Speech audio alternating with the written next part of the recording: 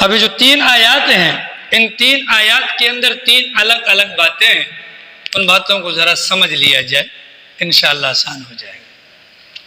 ان میں سے سب سے پہلی بات، اللہ کرے میں آپ کو سمجھا پاؤں، پہلی بات کیا ہے؟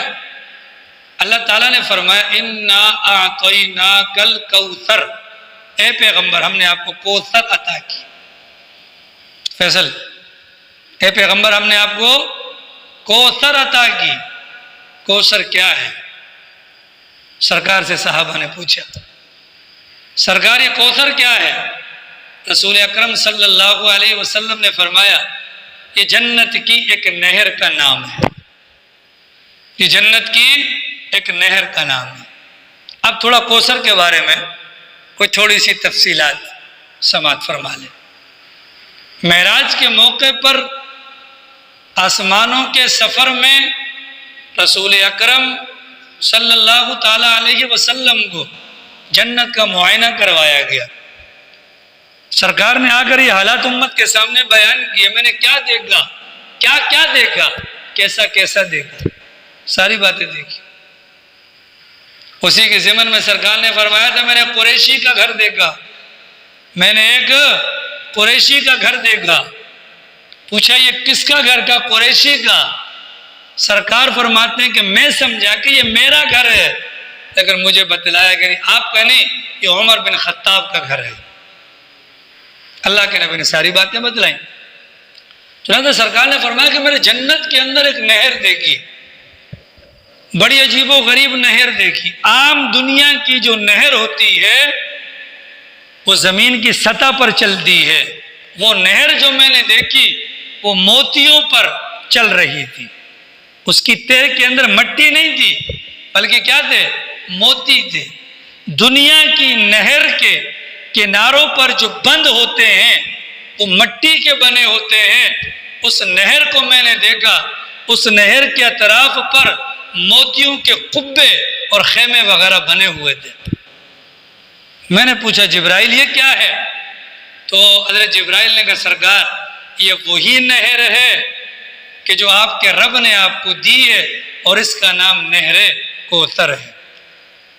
نہر کوثر کے متعلق تفصیلات احادیث مبارکہ کے اندر جو بیان ہوئے اس میں یہ آتا ہے کہ رسول اکرم صلی اللہ علیہ وسلم نے اس کے پانی کے حوالے سے ذکر فرمایا، برف سے زیادہ ٹھنڈا، برف سے زیادہ ٹھنڈا، دودھ سے زیادہ سفید، دودھ سے زیادہ، شہد سے زیادہ میٹھا، شہد سے زیادہ میٹھا۔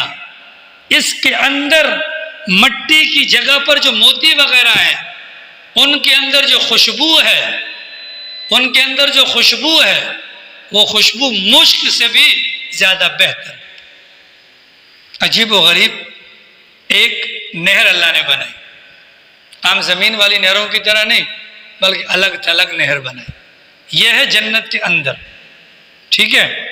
ہم نے مرنا ہے، مرنے کے بعد ہم نے قبر سے اٹھنے کے بعد ہم نے کہاں جانا ہے؟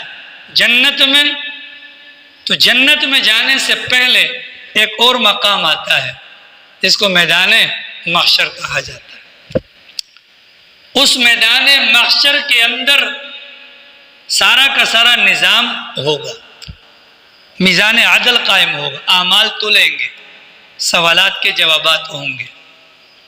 اس کے بعد یہاں سے فارغ ہونے کے بعد پل صراط پر جانا ہوگا، پل صراط کو پار کریں گے، جو پار کر جائے گا سامنے جنت کا دروازہ، اس جنت کے اندر یہ نہر کوثر موجود ہوگی، ٹھیک ہے، اتنی بات واضح ہے۔ لیکن قبر سے اٹھنے کے بعد جس میدان محشر کے اندر ہم نے جانا ہے وہ بڑا خطرناک معاملہ ہے۔ قرآن کریم کے اندر آتا ہے کہ یوم تبدل الارض غیر الارض، قیامت کے دن اللہ اس زمین کو دوسری زمین کے اندر تبدیل کر دے گا۔ مطلب وہ جو زمین ہوگی وہ تانبے کی بن جائے گی۔ زمین کس کی بن جائے گی؟ تانبے کی بن جائے گی۔ اب ہمارے ذہن میں سوال آ سکتا ہے جب اللہ زمین کو تبدیل کرے گا تو زمین پر بسنے والی مخلوقات اگرچہ وہ مر گئی ہیں، قبروں میں ہیں، یہ کہاں جائیں گی؟ تو فرمایا گیا ساری مخلوقات کو اللہ تعالیٰ کونے پر جمع کر دیں گے اور زمین کو تبدیل فرما دیں گے۔ زمین تبدیل ہو جائے گی، مٹی کی جگہ تانبا آ جائے گا۔ تانبا آپ کو پتہ ہے کتنا سخت ہوتا ہے۔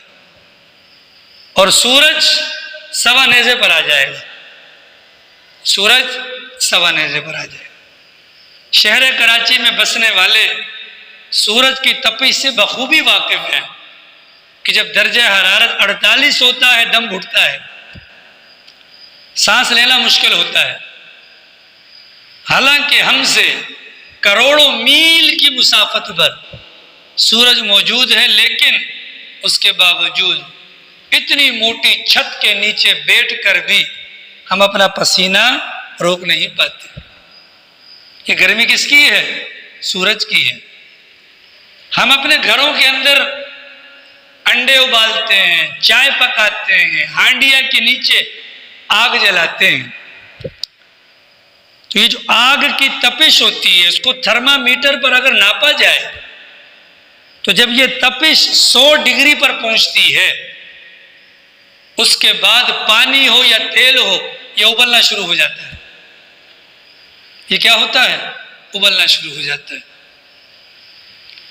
جن لوگوں نے فلکیات کا علم حاصل کیا، ماہرین فلکیات کے، انہوں نے ہمیں بتلایا کہ یہ جو سورج ہے، سورج، اس سورج کے قریب جا کر اس کی باہر والی جو سائڈ ہے، اگر اس کا درجہ حرارت ناپا جائے تو وہ 7000 ڈگری سینٹی گریڈ بنتا ہے۔ کتنا؟ اور اس کی جو باہر والی پوزیشن ہے اندر کے مقابلے میں ہلکی ہے، اندر تپش باہر کے مقابلے میں ڈبل ہے۔ گویا کہ سورج کی ٹکیا کی اوپر والی جانب 7000 ڈگری سینٹی گریڈ کی گرمی پھینکتا ہے، اور یہ جو اس کے اندر والی جگہ ہے وہ 14000 ڈگری سینٹی گریڈ گرم ہوتا ہے۔ اور وہ کہاں پر ہوگا قیامت کے دن؟ وہ سوا نیزے پر آ جائے گا۔ نیچے تانبا، اوپر سوا نیزے پر، یقینی اعتبار سے گرمی لگے گی، یقینی اعتبار سے پسینے نکلیں گے، لوگ اپنے پسینوں کے اندر ڈوبے ہوئے ہوں گے۔ اس موقع پر ہمیں گرمی کو بھگانے کی ضرورت ہے۔ اس جگہ پر اگر سایہ ملے گا تو رب کے عرش کا، لیکن یہ بات کی بات ہے، یہ بات کی بات ہے، گرمی کی شدت کو بھگانے کے لیے اور پیاس کو ختم کرنے کے لیے وہاں پر ہمیں پانی کی ضرورت ہوگی۔ وہاں پر ہمیں کیا ہوگی؟ پانی کی ضرورت۔ اور پانی کہاں سے لائیں گے بھائی؟ پانی کی ضرورت ہے، پانی کہاں سے لائیں؟